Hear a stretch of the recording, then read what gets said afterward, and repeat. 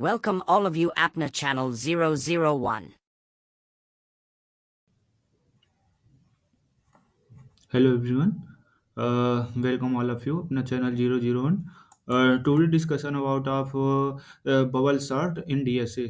आज हम इसमें जानेंगे कि बबल सर्ट क्या होता है। इसका हम कोड पूरा एक्सप्लेन करके बताऊंगा कि हम बबल सर्ट के यूज को क्यों कर रहे हैं, सबसे पहले ये इम्पोर्टेंट क्यों है। सो आई होप आज का वीडियो आपको समझ में आएगा।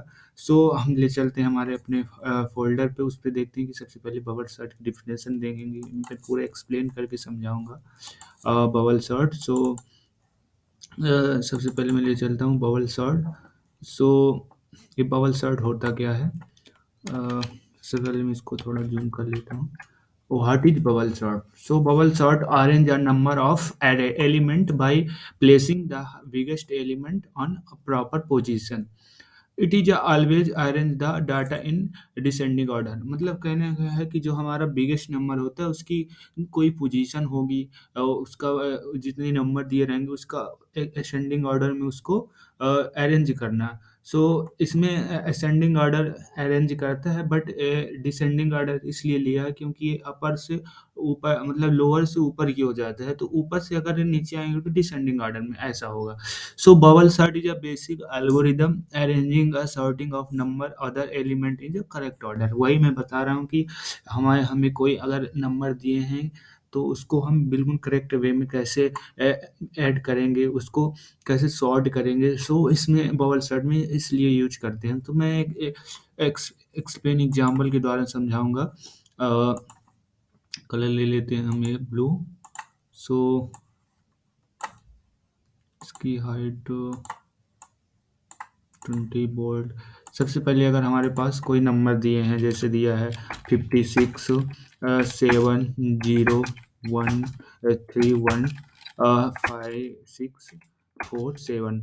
सो ये हमारे पास कोई नंबर दिए हैं, हमें कोई यूजर से हम इनपुट ये नंबर लिए हैं। तो बबल सॉर्ट का काम क्या है, इसको हमें बिल्कुल सॉर्ट करके और अरेंज कर देगा, उसको नंबर का जहाँ पोजीशन उसको वहाँ पहुँचा देगा। सो जैसे हम यहाँ सबसे पहले हमारा असेंडिंग ऑर्डर 0 आएगा, फिर 1 आएगा, फिर इसके बाद 3 आएगा, फिर 4 आएगा, फिर 4 के बाद 7 आएगा, फिर 7 आएगा, फिर 56 आएगा। सो ये पूरे असेंडिंग ऑर्डर में होगा 1 2 3 4 5 6 7 8 1 2 3 4 5 6 7।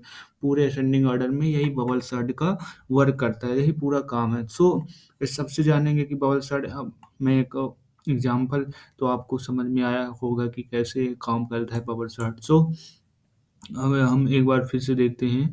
मैं अपने एग्जांपल इसमें देखता हूँ कि अगर इंट हमारे पास कोई 5 वैल्यू है, 5 हमने यूजर से इनपुट ली, 7 6 3 4 1। तो वही उसमें मैंने अभी बताया था कि असेंडिंग ऑर्डर में करता है कि पहले 1 आएगा, फिर 3 आएगा, फिर 4 आएगा, फिर 6, फिर 7। अब इसकी प्रोसीजर क्या है, सबसे पहले हम जानेंगे प्रोसीजर कैसे करता है। तो हमने नंबर लिया 7 6 3 4, हमारे पास ये एक क्वेश्चन था, तो हम इसको असेंडिंग ऑर्डर में करना, सॉर्ट करना है।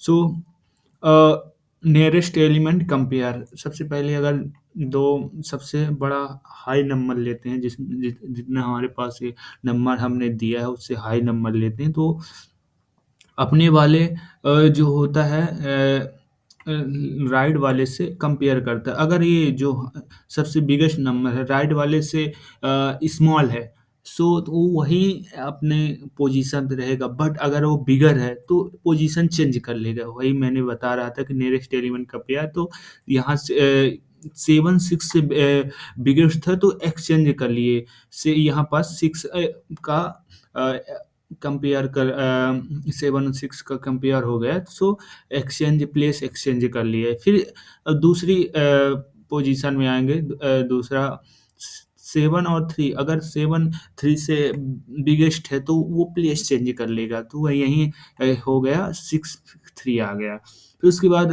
7 4 रहेगा, 1 रहेगा, तो फिर 7 और 4 में कंपेरिजन होगा। अगर यहाँ पास 7 4 में 7 बिगेस्ट है तो वो एक्सचेंज कर लेगा। अगर बिगेस्ट नहीं है तो अपने प्लेस में ही रहेगा। तो 7 और 4 में 7 बिगेस्ट है तो 4 से एक्सचेंज कर दिया तो 4 इस साइड आ गया, 7 इस साइड चले जाएगा। फिर यहाँ आता है 4 7 और 1, 4 तो इस साइड चला गया, 7 और 1 में अगर 7 1 से बिगेस्ट है तो ऑर्डर मतलब प्लेस एक्सचेंज कर लेगा। तो वही सबसे मतलब 7 का एक्सचेंज एक्सचेंज हो गया प्लेस, तो सबसे लास्ट में 7 आ गया। वही बता रहा हूँ कि अगर सबसे बिगेस्ट नंबर होगा वो लास्ट में ही आएगा, तो बिगेस्ट एलिमेंट प्रोसीजर ये हो गया सब। फिर उसके बाद हम छोटा उससे देखते हैं। अब 7 का प्रोसेस हो गया, उसके बाद 7 के बाद हमसे उससे थोड़ा छोटी कौन थी, 6 थी। तो उसी तरह जैसे हमने 7 का कैसी है कि अगर हम अब 7 तो चला गया तो अब 6 3 4 1 में कंपेरिजन होगा, तो 6 3 का अगर कंपेरिजन में 6 बिगेस्ट है तो प्लेस चेंज कर लेगा। फिर उसके बाद यहाँ पास 3 आ जाएगा, 3 की जगह 6 आ जाएगा। फिर 6 और 4 में कंपैरिजन होगा। अगर 6 बिगेस्ट है तो प्लेस चेंज कर लेगा, अगर बिगेस्ट नहीं है तो प्लेस चेंज नहीं करेगा, वही प्लेस में रहेगा। तो यहाँ पास 6 बिगेस्ट है तो उसने प्लेस चेंज कर लिया, तो 4 की जगह 6 आ गया, 6 की जगह 4 आ गया। फिर 6 और 1 में वही कंपैरिजन हुआ कि 6 अगर बिगेस्ट है 1 से तो 1 एक्सचेंज कर लेगा प्लेस। तो यहाँ पास 3 4 1 6 इस लास्ट में 6 आ गया, तो 6 का प्रोसेस हो गया। अब उसके 6 का प्रोसेस हो गया तो चला गया। अब अपने पास 3 4 1 बचे, सबका प्रोसेस करना है अपने को। तो 3 4 1 बचा।